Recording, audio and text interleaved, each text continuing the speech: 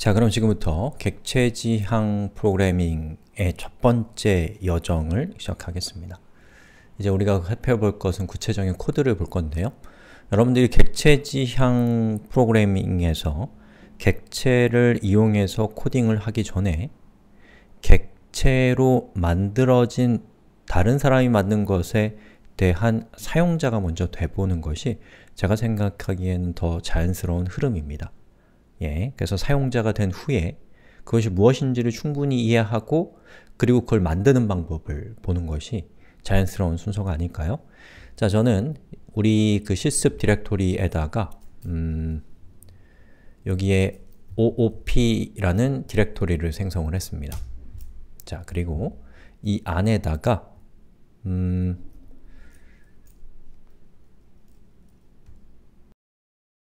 OOP 방식과 OOP가 아닌 방식을 비교하는 목적으로 compare라고 하는 파일을 하나 만들었습니다.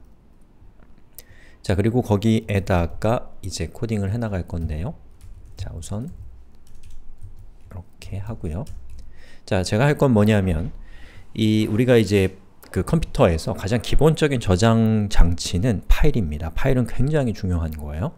그래서 파일을 다루는 걸 한번 해볼 건데 우리 수업 이전에 파일에 대한 수업을 아마 했을 건데 그때는 객체지향 방식이 아니라 함수를 이용한 파일을 사용을 했을 겁니다. 함수를 이용해서 파일을 이번 시간에는 함수를 이용하는 방식과 객체를 이용하는 방식의 차이점을 통해서 아, 객체가 이런 거구나.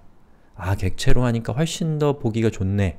이런 느낌을 가지시면 이번 수업은 아주 깔끔하게 목표를 달성한 겁니다. 한번 해볼게요. 자, 우선 일단은 PHP에는 이 파일을 제어하는 것과 관련된 다양한 명령들이 존재합니다. 이를테면 어떠한 특정한 파일이 파일인가 또는 디렉토리인가 또는 존재하지 않는가 이런 것들을 체크할 때 쓰는 것이 is file 맞을걸요? 검색해 봐야죠. is file 이라고 하는 명령이 있습니다. 그래서 이 파일, 이 함수는 여기 적혀 있는 것처럼 만약에 파일이 존재한다면 또는 그 파일이 일반적인 형식의 파일이라면 true를 return한다 라고 되어 있죠. 자, is file이라고 하고 그리고 제가 여기에다가는 data.text라고 이렇게 하겠습니다. 그리고 저 함수가 리턴하는 값은 bottom를 이용해서 어떤 값을 리턴하는지를 한번 체크를 해볼게요. 자, 실행을 시켜보면 compare.php is file이라고 하고 실행해보니까 false가 나옵니다. 왜냐? 파일이 없기 때문이죠. 자, 여기다 제가 새로운 파일을 하나 만들게요.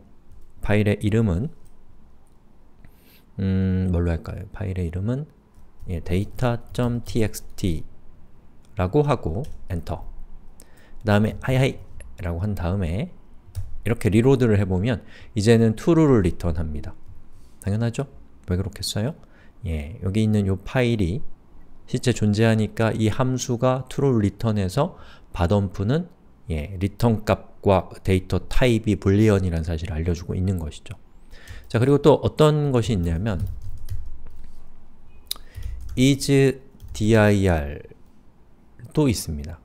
어떤 특정한 것이 어떤 특정한 이름이 디렉토리인지 예를 들면 data.txt라고 해보면 결과는 false가 됩니다. 왜냐? data.txt는 디렉토리가 아니니까요. 또는 뭐가 있나요? 파일의 내용을 읽는 거. 파일 get contents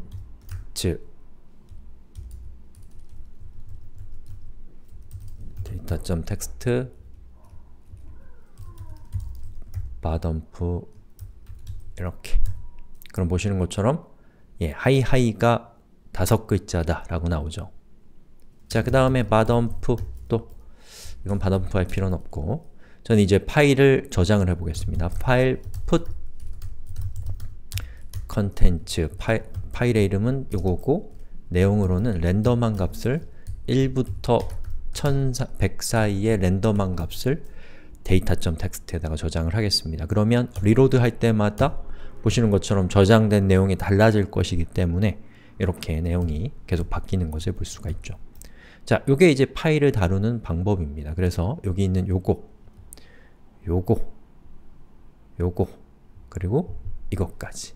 저것이 바로 우리가 PHP가 우리에게 제공하는 파일을 제어할 수 있는 함수라고 할 수가 있는 것이죠.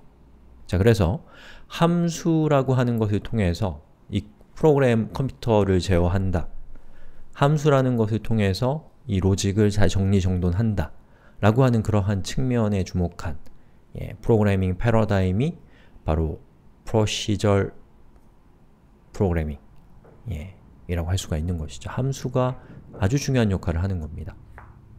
자, 그럼 지금까지 우리 함수를 통해서 파일을 핸들링하는 방법을 살펴봤으니까요. 다음 시간에는 객체를 이용해서 파일을 다루는 방법을 살펴보겠습니다.